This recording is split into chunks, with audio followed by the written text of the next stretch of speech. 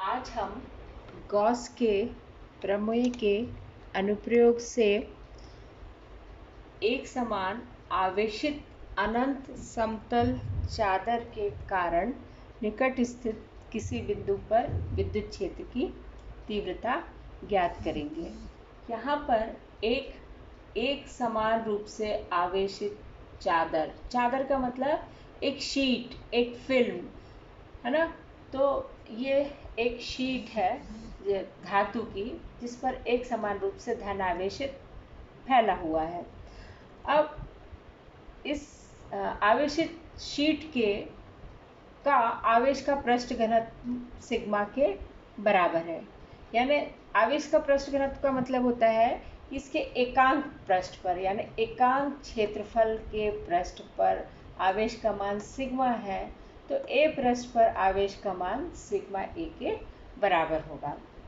तो इसे सिद्ध करने के लिए पी बिंदु पर विद्युत क्षेत्र की तीव्रता अगर हमें ज्ञात करनी है, तो इस धनावेश के कारण पी पर रखा हुआ एकांक धनावेश प्रतिकर्षित होगा, यानी विद्युत क्षेत्र की तीव्रता की दिशा इस तरह से पी से बाहर की ओर होगी। अब गॉस के प्रमेय का हमें अनुप्रयोग करना है, इसलिए हमें एक गॉसियन पृष्ठ की आवश्यकता होगी। तो यदि इस शीट से, इस चादर से पी बिंदु की दूरी r के बराबर है, तो P से होकर गुजरने वाले एक हमने लंबवृत्तीय बेलन की कल्पना की, और जिस तरह से चादर के आगे की तरफ P बिंदु है, उसी तरह r दूरी पर ही दूसरा बिंदु P डैश है, उसकी भी दूरी चादर से r के बराबर ही है। तो P डैश बिंदु पर भी इस आवेशित चादर के कारण विद्युत क्षेत्र की तीव्रता की दिशा E इस तरह से बाहर की तरफ ही होगी। विद्युत क्षेत्र की तीव्रता की दिशा ऐसे ही बाहर की तरफ ही होगी। तो एक हमने लंबवृत्तीय बेलन की कल्पना करी। ये एक बेलन की हमने इस तरीके से कल्पना करी है, जो कि इस तरह से P डैश और P बिंदु से होकर जा रहा है। और ये जो हमने लंबवृत्तीय बेलन की कल्पना करी है, इसकी ऊंचाई, जिसे हम ऊंचाई कहते हैं बेलन की, वो r प्लस r मिलके कितनी हो जाएगी, 2r के बराबर। और इसके अलावा यहाँ पर हम इसके बेलन के का जो अनुप्रस्थ काट का क्षेत्रफल है, ये वाला, ये जो क्षेत्रफल है बेलन का, ये अनुप्रस्थ काट का क्षेत्रफल यदि बेलन का a के बराबर है, तो यहाँ पर भी ये P डैश से होकर जाने वाला जो अनुप्रस्थ काट का क्षेत्रफल है, वो भी a के बराबर ही होगा।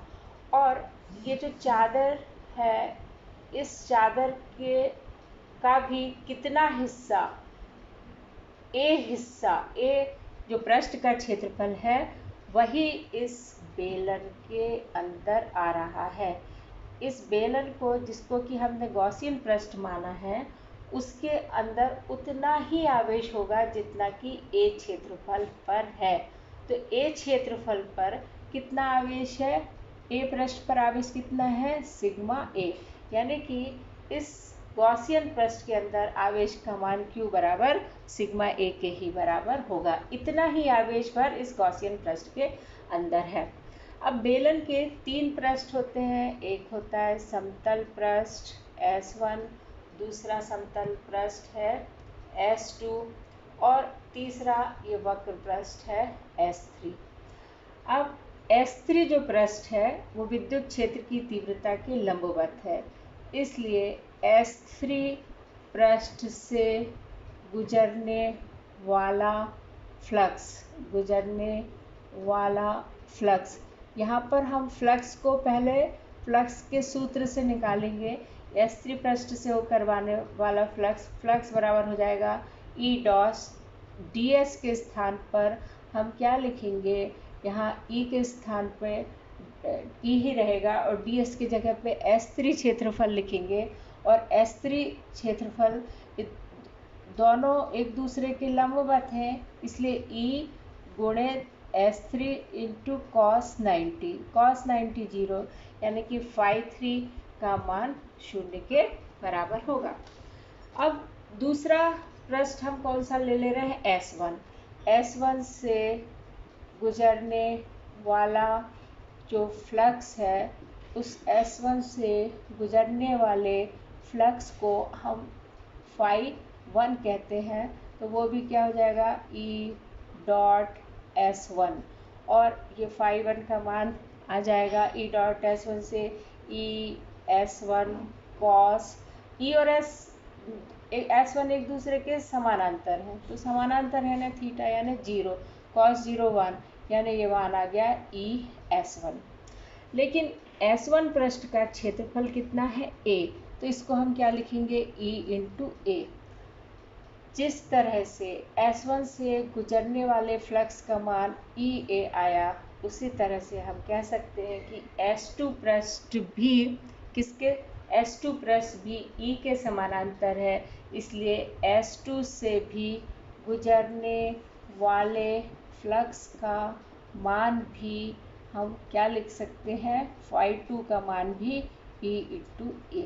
इसलिए गॉसी पृष्ठ से गुजरने वाला कुल फ्लक्स, गॉसी पृष्ठ जिसको कि हम बेलन कह रहे हैं, गॉसी पृष्ठ S से गुजरने वाला कुल फ्लक्स का मान क्या हो जाएगा?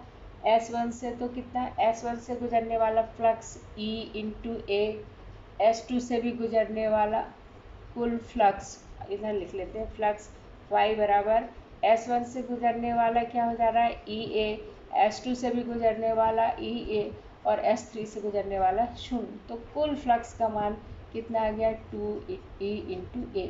इसको हम समीकरण 2 कह रहे हैं। लेकिन गॉस के प्रमेय से कुल फ्लक्स का मान कितना होता है? गॉस के प्रमेय से कुल फ्लक्स उसके अंदर उपस्थित आवेश Q का एप्सिलॉन गुना होता है, Q इंटू 1/एप्सिलॉन 0 गुना, और Q का मान समीकरण 1 से क्या है? सिग्मा A, और यहाँ पर एप्सिलॉन 0।